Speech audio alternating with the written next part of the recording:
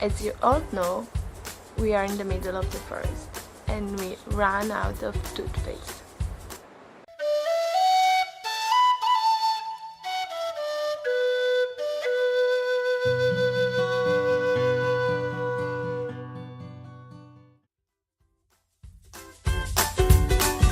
We prefer homeopathic toothpaste rather than the conventional ones with chemicals, but we couldn't find any in the stores on the way here, so we looked up this basic recipe for a homemade one.